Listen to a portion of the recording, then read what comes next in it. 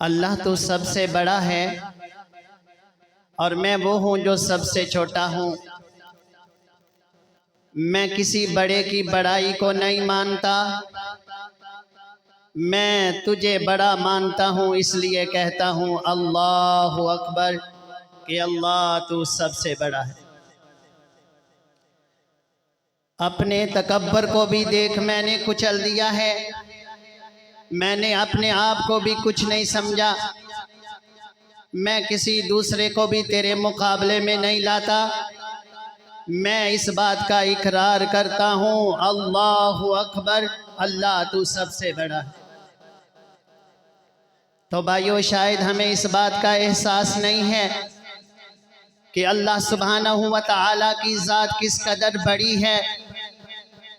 جیسے کہ پیارے رسول صلی اللہ علیہ وسلم فرماتے ہیں کہ اللہ سبحانہ و تعالیٰ کی کرسی کے سامنے ساتوں زمین اور ساتوں آسمان ایسے ہیں جیسے کھلے میدان کے اندر پڑی ہوئی ایک رنگ ہو، اور اللہ سبحانہ و تعالیٰ کے عرش کے مقابلے میں اللہ کی کرسی ایسے ہی ہے جیسے صحرا کے اندر پڑی ہوئی ایک رنگ ہو۔ اور دوسرے معنوں میں آپ یوں سمجھ سکتے ہیں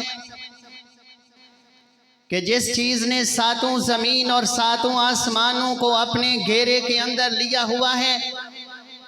وہ اللہ سبحانہ و تعالیٰ کا عرش ہے، اور اللہ سبحانہ و تعالیٰ کی ذات بابرکت۔ اس شعور کے ساتھ ہم کہیں کہ اللہ اکبر، اللہ تو سب سے بڑا ہے۔ اور پھر بھائیو، ہم اپنی حیثیت کو اگر دیکھیں، اگر 1000 بندے کے اندر ہم موجود ہیں تو میری حیثیت ایک نقطے کے برابر ہے۔ اگر ہم اپنے شہر کو، اپنے ملک کو دیکھتے ہیں تو تمام ملکوں کے سامنے اس کی حیثیت ایک نقطے کے برابر ہے۔ ہم کس قدر چھوٹے ہیں اور اللہ سبحانہ و تعالیٰ کس قدر بڑا ہے۔ اس شعور کے ساتھ ہم نماز میں کہیں اللہ اکبر، اللہ تو سب سے بڑا ہے، اور میرے اندر کوئی بڑائی نہیں ہے، میرے اندر کوئی تکبر نہیں ہے، کوئی غرور نہیں ہے، سب کچھ مسل کر، سب کچھ کچل کر، اپنے آپ کو سب سے چھوٹا بنا کر تیرے سامنے لے کے آیا ہوں۔ تو سب سے بڑا ہے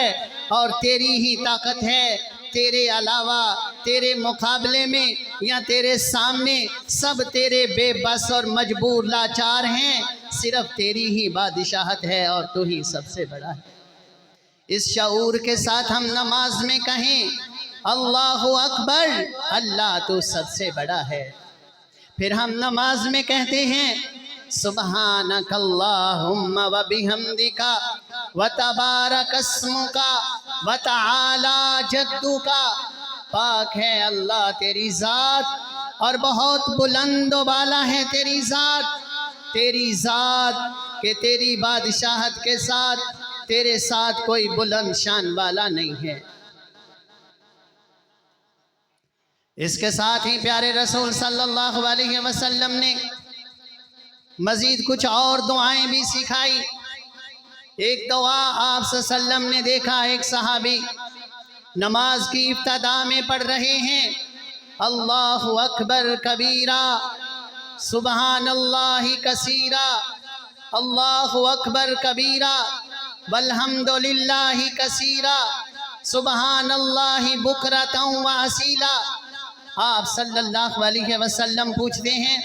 یہ دعا کس صحابی نے پڑھی تھی؟ ایک صحابی کہتے ہیں میں نے یا رسول اللہ۔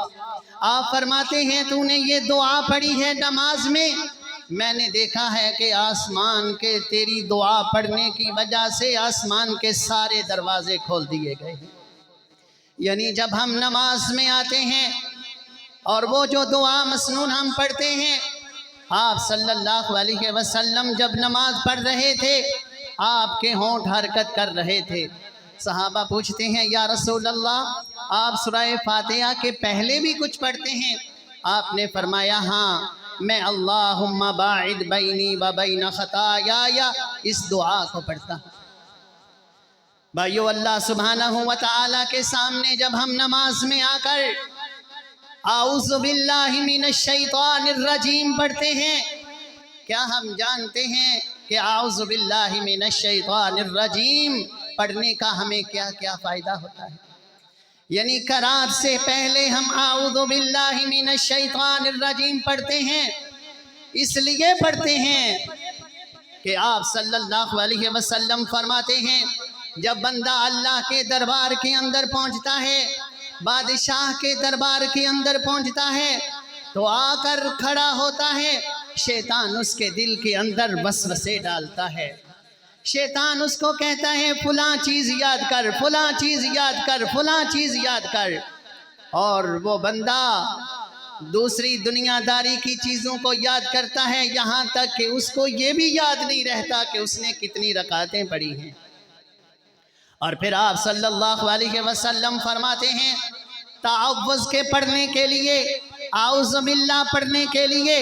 اس لیے فرماتے ہیں کہ تم نے پڑھنا ہے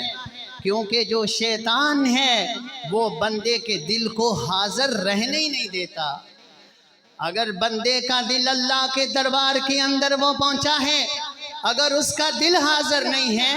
اگر اس کا دماغ حاضر نہیں ہے تو وہ بے جا ادھر ادھر کی حرکتیں کرے گا، وہ ادھر ادھر دیکھے گا، وہ اپنی نماز میں بے جا حرکتیں کرے گا۔ آپ اس بات کو بخوبی سمجھیں گے کہ بھائیو، جیسے اگر کوئی ٹیچر کہیں کسی کلاس کو پڑھا رہا ہو یا کوئی خطیب ہے وہ کسی کو علمی بات، گہرائی کی بات بتلا رہا ہو تو کوئی علم لینے والا یا وہاں بیٹھے ہوئے جو طلباء ہیں اگر بے جا کی حرکتیں کریں گے تو وہ کس طرح اپنے اس علم کو یا اس گہری بات کو لوگوں تک پہنچائے گا؟ یعنی بڑی ہی گہری بات چل رہی ہو لیکن جب سننے والا سامنے کھڑا جو ہے وہ بے جا ادھر ادھر کی حرکتیں کرے گا تو وہ دینے والا صحیح طریقے سے علم کو دے نہیں سکے گا۔ اسی طرح ہی اللہ کی مثال سو اس سے بلند و بالا ہے، لیکن جب ہم نماز میں کھڑے ہوتے ہیں اگر ہمارا دل حاضر نہیں ہے، اگر ہمارے دماغ میں کچھ اور چل رہا ہے یا پھر ہم بے جا ادھر ادھر کی حرکتیں کر رہے ہیں یا ادھر اور ادھر دیکھ رہے ہیں، اللہ سبحانہ و تعالیٰ کی توجہ سے ہم اپنے آپ کو دور کر لیتے ہیں۔ جیسے ماں کے سامنے بچہ اس کی بات کو غور سے نہ سنے تو ماں کہتی ہے دفع ہو جا، تو میری بات کو غور سے نہیں سن رہا۔ بھائیو، جب ہم اپنے رب کے سامنے آتے ہیں، جب اللہ رب العزت کی نماز میں ہم کھڑے ہوتے ہیں، کبھی بے جا حرکت نہ کریں، کبھی اپنے دل کو غافل نہ پائیں، کبھی اپنے دماغ میں بے جا ادھر ادھر کی سوچ کو نہ غالب آنے دیں، ورنہ اللہ رب العزت کی خوشنودگی کی بجائے اللہ کی ناراضگی کو لے کے واپس آئیں گے۔ اور جو اللہ اپنی رحمت کے ساتھ، اپنے فضل کے ساتھ، اپنی خوشنودگی کے ساتھ ہمیں ملنا چاہتا ہے، ہمیں عطا کرنا چاہتا ہے، ہمیں وہاں بہت کچھ ملنے والا ہوتا ہے، لیکن ہم اپنے دل و دماغ کو جب حاضر نہیں رکھتے تو بہت کچھ ملنے والے انعامات سے ہم محروم ہو جاتے ہیں۔ کیا ہمیں پتہ ہے؟ اسی لیے پیارے رسول صلی اللہ علیہ وسلم فرماتے ہیں نماز کو شروع کرنے سے پہلے تعوذ کو ضرور پڑھا کرو، کیونکہ شیطان بندے کے دل کے اندر آ کے بندے کو کہتا ہے فلاں چیز یاد کر، فلاں یاد کر۔ ایک روایت میرے پیارے رسول صلی اللہ علیہ وسلم نے فرمایا، ایک صحابی کہتے ہیں یا رسول اللہ میرے دل کے اندر بڑے وسوسے پیدا ہوتے ہیں۔ آپ فرماتے ہیں تو اعوذ باللہ من الشیطان الرجیم پڑھ لیا کر، اور تیرے دل سے جب تو اعوذ باللہ من الشیطان الرجیم پڑھ لیا کرے گا تو آپ فرماتے ہیں کہ تجھ سے شیطان دور ہو جائے گا۔ بائیں طرف تو نے اعوذ باللہ پڑھ کے تھتکار دینا ہے اور شیطان حزب جو ہے وہ تجھ سے دور ہو جائے گا۔ بھائیو، اسی طرح پیارے رسول صلی اللہ علیہ وسلم نے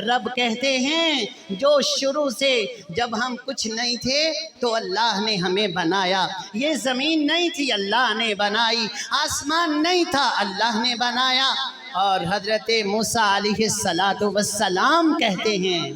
حضرت موسیٰ علیہ السلام فرعون کے سامنے کھڑے ہو کر یہ کہتے ہیں کہ فرعون رب وہ ہے جو زمین اور آسمان کو بنانے والا ہے۔ ابراہیم علیہ السلام رب کی تعریف کرتے ہوئے کہتے ہیں کہ میرا رب وہ ہے جو زندگی دینے والا، جو موت دینے والا، جو رزق کا انتظام کرنے والا، یعنی ابتدا سے انتہا تک جو نگہداشت کرنے والا ہے اس کو رب کہتے ہیں۔ تو بھائیو، جب ہم نماز میں کھڑے ہوتے ہیں ہم اس شعور کے ساتھ کہیں کہ رب الحمدللہ رب العالمین، جو سب جہانوں کا رب ہے۔ اس شعور کے ساتھ ہم اللہ کے سامنے، چونکہ ٹائم بہت ہی کم ہے ورنہ میں اس کے آگے والی سورہ فاتحہ کو جیسے قرآن کہتا ہے کہ پورے قرآن کا یہ خلاصہ ہے، اور پھر مالک یوم الدین ایاک نعبد و ایاک نستعین۔ الغرض کہنا مجھ کو یہ ہے کہ بھائیو، جب ہم نماز میں کھڑے ہوں پورے شعور کے ساتھ کھڑے ہوں، بادشاہ کے سامنے ہم آ گئے ہیں، جیسے آپ فرماتے ہیں نماز بندہ مومن کی معراج ہے، اس وقت وہ اپنے رب سے ملاقات کر رہا ہوتا ہے، رب کے ساتھ ہم کلام ہو رہا ہوتا ہے۔ جب بندہ کہتا ہے نا الحمدللہ رب العالمین، آسمان سے جواب آتا ہے، رک کر رب کا جواب ہمیں سن لینا چاہیے۔ اللہ کہتے ہیں حمدنی عبدی، میرے بندے نے میری حمد و ثنا کی ہے۔ بندہ کہتا ہے مالک یوم الدین، اللہ کہتے ہیں اثنا عبدی، میرے بندے نے میری ثنا کی ہے۔ بندہ کہتا ہے مالک یوم الدین، اللہ کہتے ہیں مجدنی عبدی، میرے بندے نے میری بزرگی بیان کی ہے۔ یعنی بندہ سوال پہ سوال بات کر رہا ہوتا ہے، آسمان سے جواب آ رہا ہوتا ہے۔ تو بھائیو، جب ہم اپنے رب کے سامنے کھڑے ہو جاتے ہیں، بے جا حرکتیں کرنے سے منع کیا گیا ہے، تب ہم دیکھیں کہ اپنے رب کے عین ہم سامنے کھڑے ہیں، اور نماز کا طریقہ وہی جو محمد الرسول اللہ نے سکھایا ہے۔ کہیں ایسا نہ ہو کہ رسول اللہ کے طریقے کے علاوہ ہم نماز پڑھ رہے ہیں، یعنی ہر رکعت پہ رفع الیدین ہی ہم نہیں کر رہے، نماز میں سورہ فاتحہ ہی نہیں پڑھ رہے، سورہ فاتحہ کے بعد ہم آمین ہی نہیں کہہ رہے، ہم رسول اللہ کے طریقے کے عین مطابق اگر نماز نہیں پڑھ رہے، ایسا نہ ہو کہ ہم اللہ کی خوشنودگی لینے کے لیے آئے ہیں اور ہماری اس طرح کی حرکتیں، اللہ کہے کہ میرے بندے جو طریقہ میں نے تجھے سکھایا تھا تیرا وہ طریقہ ہی نہیں ہے جو محمد الرسول اللہ کو جبریل سکھا کے آئے تھے، تو اس طریقے پہ نماز ہی نہیں پڑھ رہا، تو کہیں بجائے خوشنودگی کے ہم رب کی ناراضگی کو نہ لے کر واپس لوٹیں۔ اللہ سبحانہ و تعالیٰ سے دعا ہے کہ اللہ سبحانہ و تعالیٰ کہنے والے اور تمام سننے والے بھائیوں کو نماز کو پورے شعور کے ساتھ ادا کرنے کی توفیق عطا فرمائے۔ اب ہم بلا تاخیر ہمارے اس علاقے کے بڑے معزز اور بڑے ہی پیارے مہمان اور بڑے ہی عظیم الشان